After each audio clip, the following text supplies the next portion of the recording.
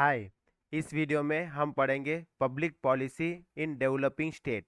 Developing state के अंदर public policy किस तरह से होती है, ये हम आज की इस वीडियो में पढ़ेंगे। ठीक है कि डेवलपिंग जो स्टेट होते हैं जो आज के समय में, जैसे कि इंडिया हो गया, ओके, देन पाकिस्तान हो गया, श्रीलंका हो गया, देन जो भी डेवलपिंग नेशन है, Japan is the develop nation, okay, China हो गया।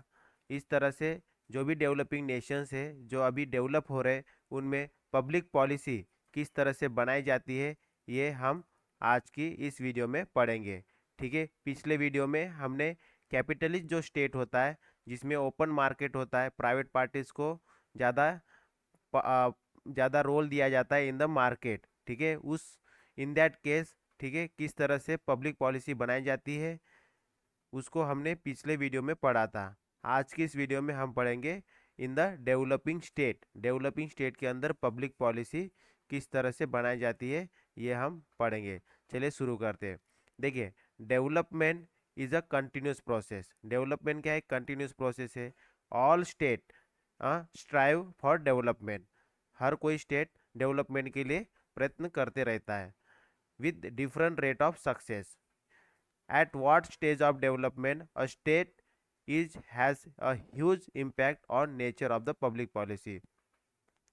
तो जो डेवलपमेंट जो भी डेवलपमेंट होता है स्टेट के अंदर, उसका बहुत ज़्यादा इम्पैक्ट किसके थ्रू पड़ता है? पब्लिक पॉलिसी के थ्रू पड़ता है। ओके, तो पब्लिक पॉलिसी जो है ये बहुत ज़्यादा इम्पोर्टेंट रोल प्ले करती है for the development of the state. Okay, huge impact on the nature of public policy. तो जिस तरह से पब्लिक पॉलिसी रहेगी उस हिसाब से उसमें डेवलपमेंट होगा किसी भी स्टेट के अंदर। what is why what is why where what is why there is a difference in the policies of development, policies of developed and developing countries. तो इसीलिए जो पॉलिसीज होती है ये क्या करती है? अलग अलग होती है for the develop countries and the developing countries के अंदर। Now many developing countries are getting test of capitalist. तो अभी क्या है ना, बहुत सारी डेवलपिंग जो कंट्रीज है वो कैपिटलिस्ट की तरफ मूव होते जा रही है, as it has reached their doorstep with the wave of liberalization, privatization and globalization। तो जैसे स्टेट लिबरलाइजेशन, प्राइवेटाइजेशन और ग्लोबलाइजेशन के लिए डोर ओपन कर देता है, ठीक है, तो उसके बाद वो कैपिटलिस्ट की तरफ मूव होता है। इसको एलपीजी भी कहा जाता है। Drawer in 1983 elaborately discuss policy making process in develop and developing countries. तो ये जो स्कॉलर है ड्रॉर, इन्होंने 1983 में क्या है, बहुत मतलब एक अच्छा डिस्कस किया और एक पॉलिसी बनाया for the develop and developing countries के लिए। हिज बुक, इनका एक किताब है public policy making rickshaw means, okay, rickshaw rickshaw mind, public policy making rickshaw mind has suggested different shade of nature, scope and influence of policies in the developing and developed world। तो ये इनका जो एक किताब है public policy making rickshaw mind, okay, इसके अंदर इन्होंने क्या बताया? इसके अंदर इन्होंने जो भी डेवलपिंग और जो डेवलप जो भी कंट्रीज है इस वर्ल्ड में, उनकी किस तरह से, ठीक है, उनका किस तरह से, मतलब उनका किस तरह से नेचर, स्कोप और जो भी इन्फ्लुएंस है पॉलिसी के ऊपर किस तरह से पड़ता है। ठीक है, तो किन के ऊपर? मतलब डेवलपिंग और डेवलप वर्ल्ड के ऊपर, मतलब जो भी वर्ल्ड में जो डेवलप और डेवलपिंग कंट्रीज है इनके ऊपर पॉलिसीज का किस तरह से इन्फ्लुएंस पड़ता है, ये इन्होंने इस अपनी किताब में बताया है। In order to understand the nature of state in developing countries, we should look at the context in which they operate। अगर हमें किसी भी स्टेट, किसी भी डेवलपिंग स्टेट का अगर नेचर समझना है तो वो किस तरह से उसमें गवर्नेंस चल रहा है, ओके, किस तरह से ऑपरेट हो रहा है। In the developing countries public policy is characterized by elite legacy. तो जो पब्लिक पॉलिसी है, ठीक है, इन दी डेवलपिंग कंट्रीज के अंदर जो जो पढ़े लिखे लोग होते, इलिट लोग होते, उनका मेनली इनके ऊपर प्रभाव पड़ता है। So policies are not frame in a general interest of the public but somehow the vested interest of the elite section shape the policy। तो जो डेवलपिंग कंट्रीज होती है वहाँ पे जो एजुकेटेड लोग होते हैं और इलिट, इनको इलिट बोला जाता है, इलिट लीगेसी बोला जाता है, वो मेनली पॉलिसी बनाते, नॉट अ जनरल जो भी लोग होते हैं वो। और ये जनरल इंटरेस्ट के लिए कम, और मेनली इनका जो इन्फ्लुएंस है वो किसके तरफ रहता है, इलिट सेक्शन के तरफ रहता है। ये यहाँ पे बताया गया है। Policy strategy is neither rational nor result of consciously made effort. Political reason rather than rationality dominate the policy influence. तो जो डेवलपिंग कंट्रीज होते हैं उसमें पॉलिटिकल रीजन बहुत ज़्यादा क्या होते हैं, इन्फ्लुएंस होते हैं, rather than the rational logical reason से ज़्यादा। किसमें, पॉलिसी फ्रेमिंग में। In the developing countries politician use policies to garner votes. Okay, votes को लेने के लिए पॉलिटिशियन क्या करते हैं, पॉलिसी को अपने तरफ इन्फ्लुएंस करते हैं instead of achieving the desire and. ठीक है, तो जो मेन उद्देश्य है जिसके लिए पॉलिसी बनना चाहिए, उसका उद्देश्य न पूरा होते हुए उनके जो भी विश है उसको पूरा करने के लिए, then the wish is to getting the vote. Okay, उस वोट को हासिल करने के लिए वो पॉलिसी को इन्फ्लुएंस करते हैं इन द डेवलपिंग कंट्रीज के अंदर। That is why the politician executive does not adhere to comprehensive policy planning and keep changing it according to the mood of public. तो इसीलिए फिर वो क्या करते हैं, पॉलिसी को बार बार चेंज करते रहते हैं अपने मूड के हिसाब से।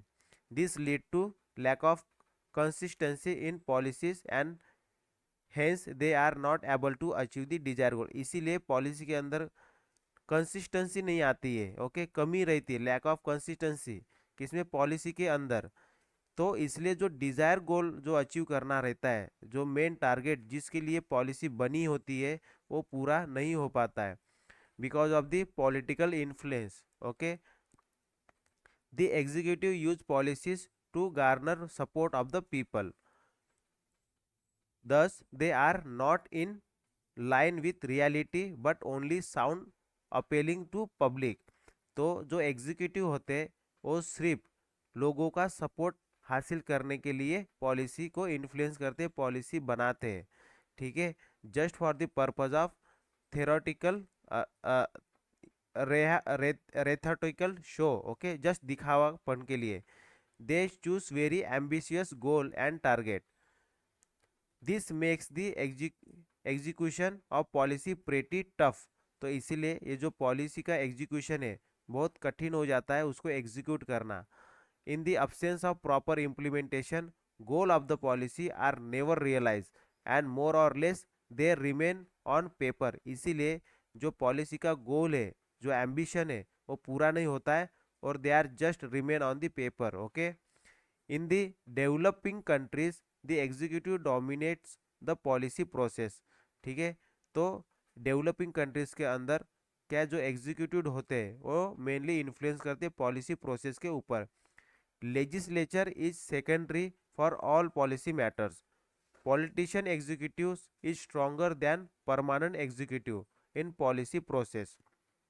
तो जो पॉलिटिकल जो एग्जीक्यूटिव्स होते हैं, मिनिस्टर्स, उनका मेनली ज़्यादा इन्फ्लुएंस होता है पॉलिसी के ऊपर than the permanent executive that is civil servant. What okay, whenever any new government take over the policy of former government is abandon and new policies are brought in. Okay, it make the evaluation difficult and policy fall short of target. तो जैसे government change हो जाती है, policy change हो जाती है, इसलिए जो पिछली पॉलिसी है उसको इवेल्युएट नहीं कर पाते कि वो कितनी असर हुई है या उसका क्या इफेक्ट पड़ा है।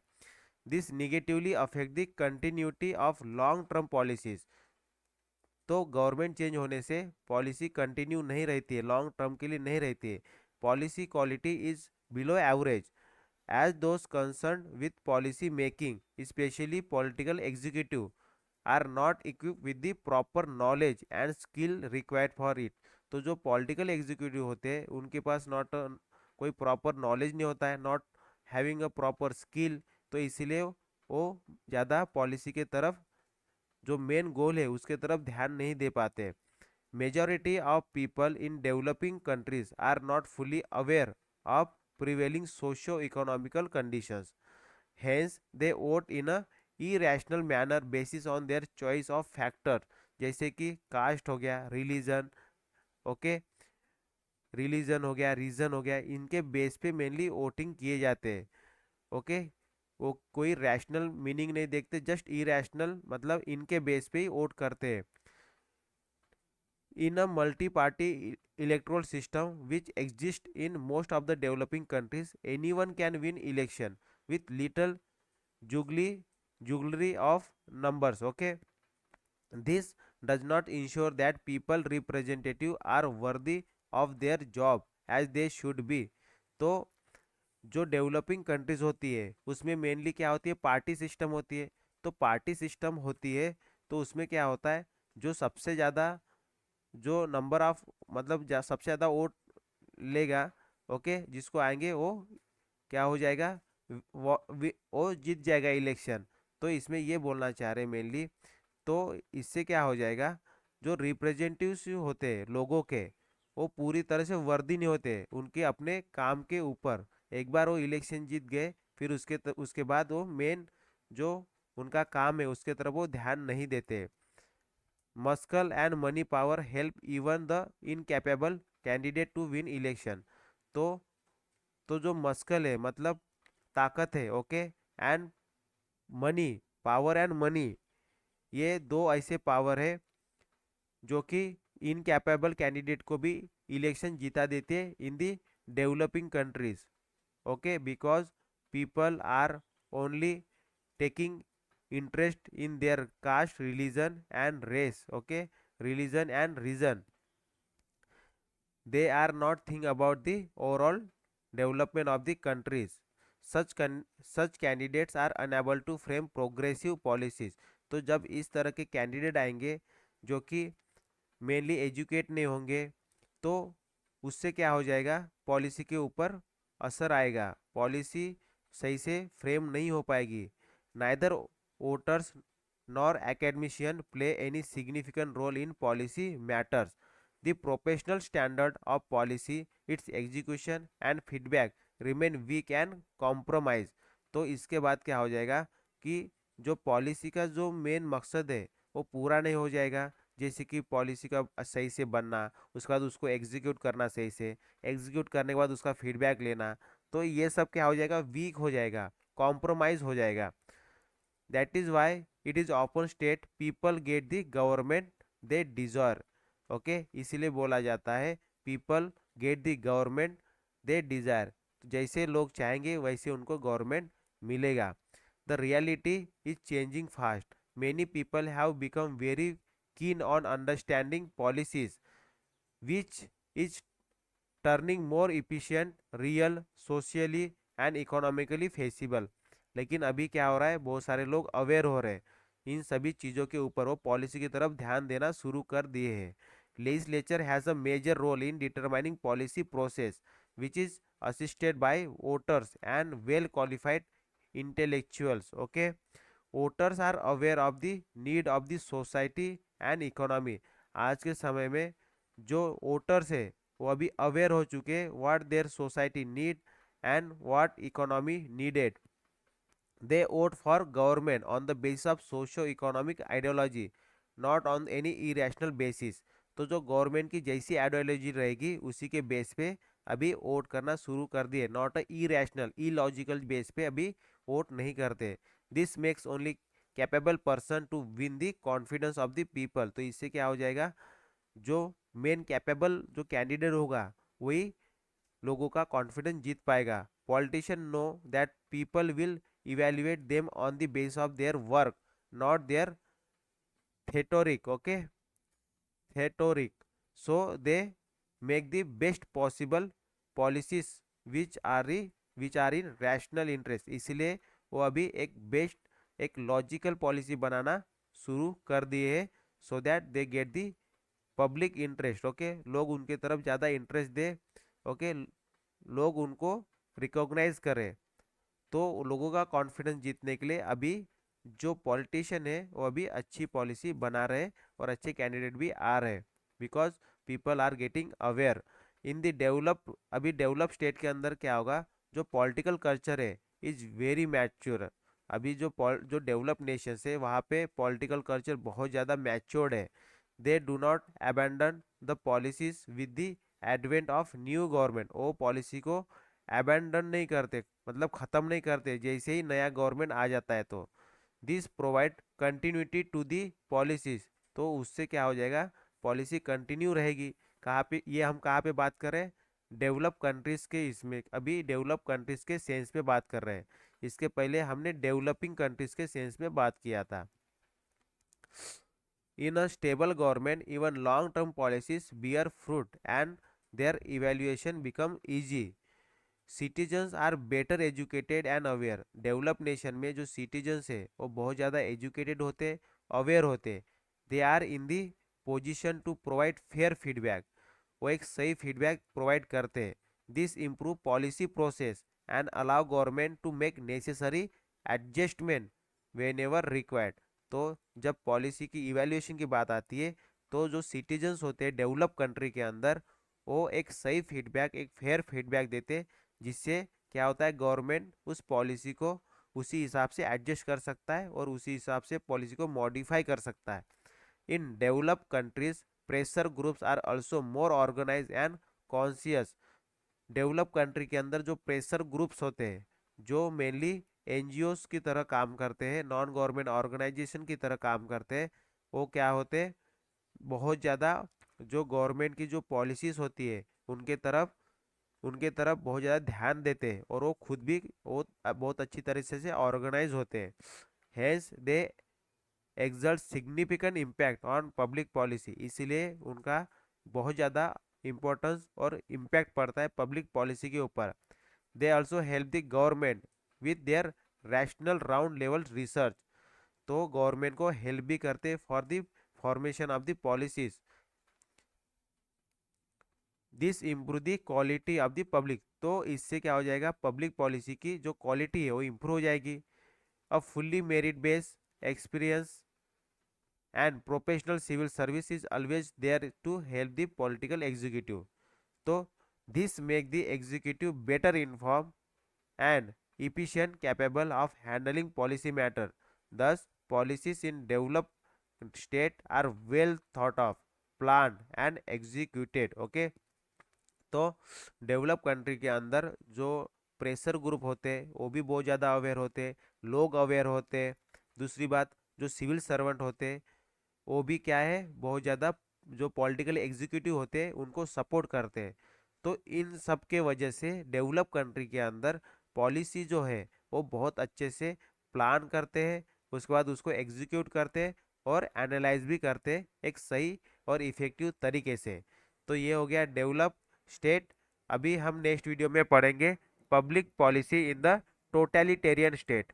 ओके, ये था मेनली डेवलपिंग कंट्रीज के अंदर। So that's all for this video. Thank you, bye bye.